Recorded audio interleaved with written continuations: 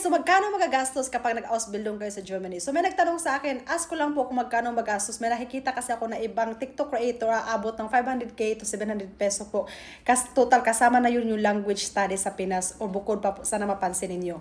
Okay guys, tandaan nyo, kapag kayo dumaan sa agency o yung mga language school na nag-offer ng language tapos later on tutulungan kayo maghanap ng work sa Germany, aasahan nyo talaga na ang charges niyan hindi lang about sa language kundi charges din sa services na ino-offer nila sa inyo. So, mas mahal talaga kasi wala namang libre. So, dadaan talaga kayo sa malaking gastos niyan. Hindi lang ang language, pati yung service na ino-offer nila sa inyo. So, magkano ba ang language, guys? So, hindi na ako paligoy-ligoy dito. Nag-research ako sa pinaka-expensive na school. Sabihin natin na pinaka-expensive is good institute talaga kahit saan kayo, ma-Germany man yan, ma-Pinas o kahit sa ibang bansa, mahal ang good institute.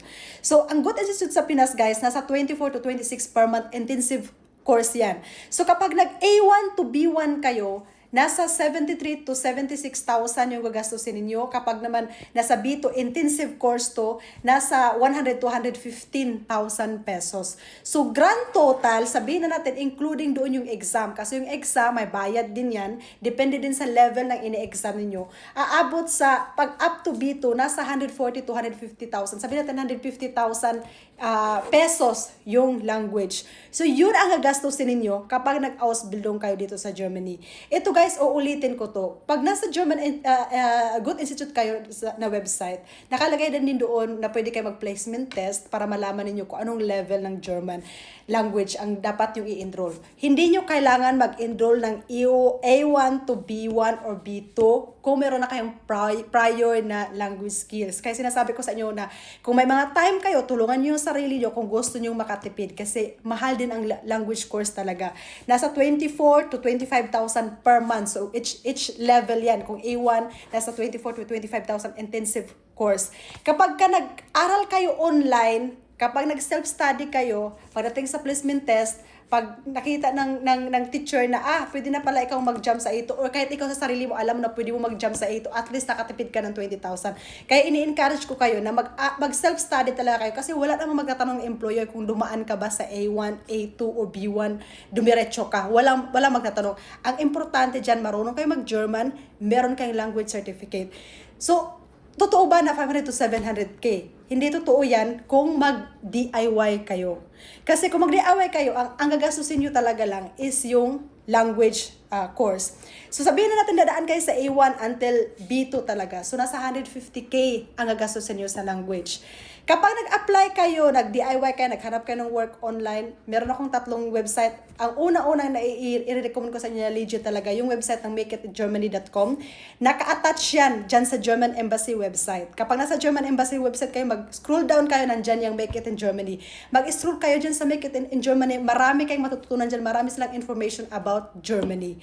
So, meron pang 2 platform guys na isi-share ko sa inyo dahil yung asawa kasi nagpapa-Ausbildung siya, nabanggit ko to sa ibang videos ko. So, dito siya nagpo-post na mga job vacancy nila kapag naghahanap siya ng Ausbilder. So, yung ausbildung.de at asubu.de. So, pwede kayong mag-apply dyan. Sabihin ko sa inyo, hindi naman talaga madali maghanap ng work kahit saan. So, pero kung gusto nyo makatipid at ayaw nyo gumastos ng 500k, gaya na sinasabi ng ibang TikTok creator, mag-DIY kayo. Ang kailangan nyo munang i-achieve talaga yung language certificate. Yung language certificate, hindi rin necessary na aabot kayo ng 100k kung tinutulungan niyo yung sarili niyo. Actually, pwede naman nga mag-exam directly na. Hindi na kayo dadaan sa mga courses. Kung talagang confident na kayo na papasa kayo. Ang siguro, ang i-advise ko sa inyo, pag sakaling ganyan yung gusto niyo, mag-take pa rin kayo ng course na tinatawag na proof of meritong course, preparation of exam. Lahat din ng school nag-offer ng ganyan. Yan ang i-take niyo bago kayo mag-exam kung gusto niyo makatipid. Pero kung may time naman kayo, may pera kayo, why not? Duman kayo sa lahat ng level. Pero sinasabi ko lang sa inyo dito na ang mga employer, hindi yan sila magtatanong kung dumaan kayo sa lahat ng level ng German language. Ang importante dyan, marunong kayo magsalita, marunong kayo, may language certificate kayo, marunong kayo makipag-communicate in German. Yun ang importante at yun ang tinitingnan. Kasi minsan kasi, may mga language certificate na yung iba, hindi din masyadong marunong makipag-communicate pa. Kaya ang importante talaga dyan, marunong kayo makipag-usap. Yun lang sasabihin ko sa inyo, kung gusto nyo makatipid. Not necessarily naman, kung yun nga sinasabi ko, kung gusto nyo siguro ng less hassle at may budget na naman kayo, why not mag-agency kayo or dumaan kayo sa mga language na nag-o-offer ng language muna tapos hanapan, tutulungan kayo maghanap ng employer later on. Pero kung nagtitipid kayo at wala kayong budget, yun ang sinasabi ko sa inyo, try ninyo mag-DIY. Hindi siya madali pero posible. Marami akong nakakausap na nakapag-DIY sa Pilipinas, pamula Pilipinas, nakarating naman sila dito. So yun lang siguro sasabihin ko sa inyo, saan ba mag-start pag nag-Ausbildung kayo? Syempre talaga sa German language. Yun talaga ang pinakaunang dapat yung i-achieve.